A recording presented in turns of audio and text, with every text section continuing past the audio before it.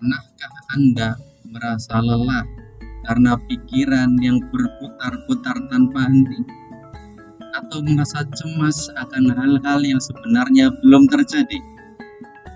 Hari ini, saya kembali hadir untuk mengajak Anda merenungkan sesuatu yang seringkali menjadi penghalang kebahagiaan kita, yakni overthinking. Sebelumnya, saya ucapkan salam bahagia untuk semua.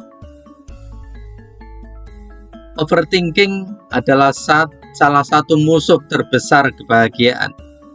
Jika kita tidak mengendalikannya, ia bisa mencuri kedamaian, mencuri energi, bahkan mencuri kebahagiaan kita. Maka hari ini kita akan membahas bagaimana melawan overthinking untuk hidup yang lebih bahagia. Apa itu overthinking? Overthinking adalah kebiasaan memikirkan sesuatu secara berlebihan. Seringkali fokus utamanya adalah hal-hal yang negatif. Pikiran kita seolah terjebak dalam lingkaran yang tidak berujung. Hal ini bisa terjadi karena kita terlalu khawatir dengan masa depan, atau terlalu menyesali masa lalu, atau terlalu takut akan penilaian orang lain. Lalu, mengapa overthinking menghalangi kebahagiaan? Karena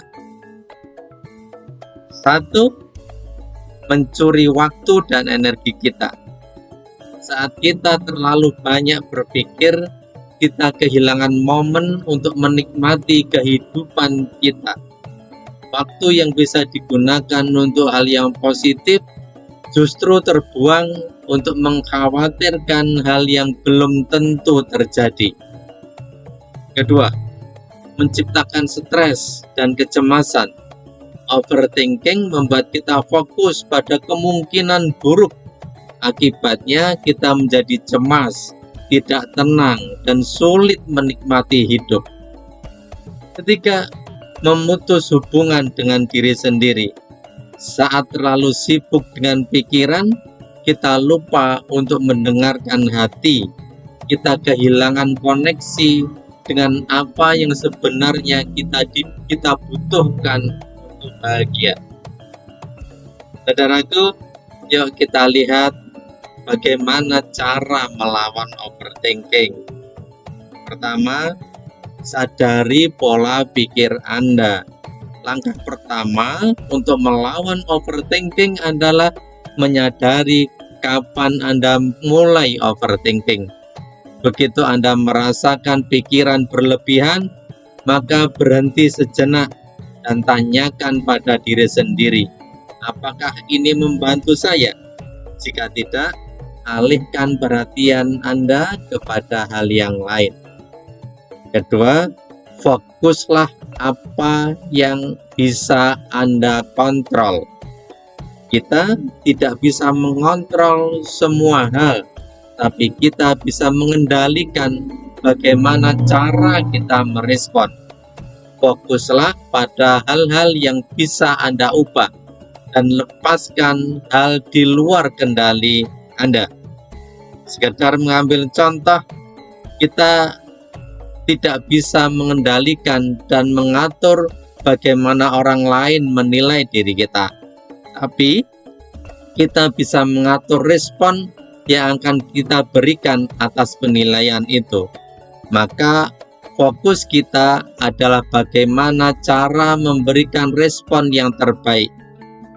Ingat, apapun yang kita lakukan, pasti ada orang yang memberi penilaian buruk. Sudah masyhur satu kisah yang sampai pada kita, kisah seorang bapak dan anak yang membawa keledai. Ketika anak menunggang keledai dan bapaknya menuntun, banyak orang menilai anak tidak sopan.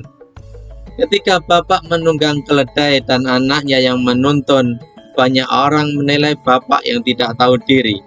Ketika keduanya menuntun keledai, banyak orang menilai dua orang dungu sedang membawa keledai. karena punya keledai tapi tidak dinaiki. Tapi ketika keduanya naik, banyak orang juga menilai sebagai manusia yang menyiksa binatang.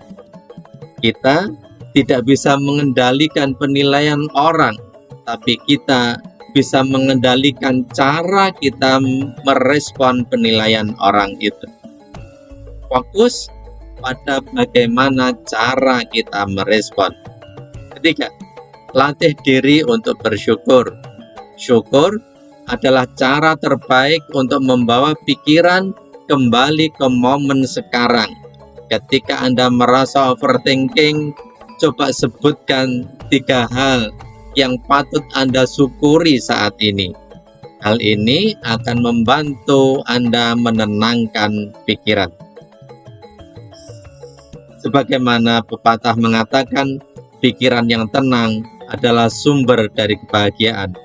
Maka, mari kita melatih diri untuk tidak membebani pikiran dengan hal yang tidak perlu. Sahabat semua, kebahagiaan itu sederhana.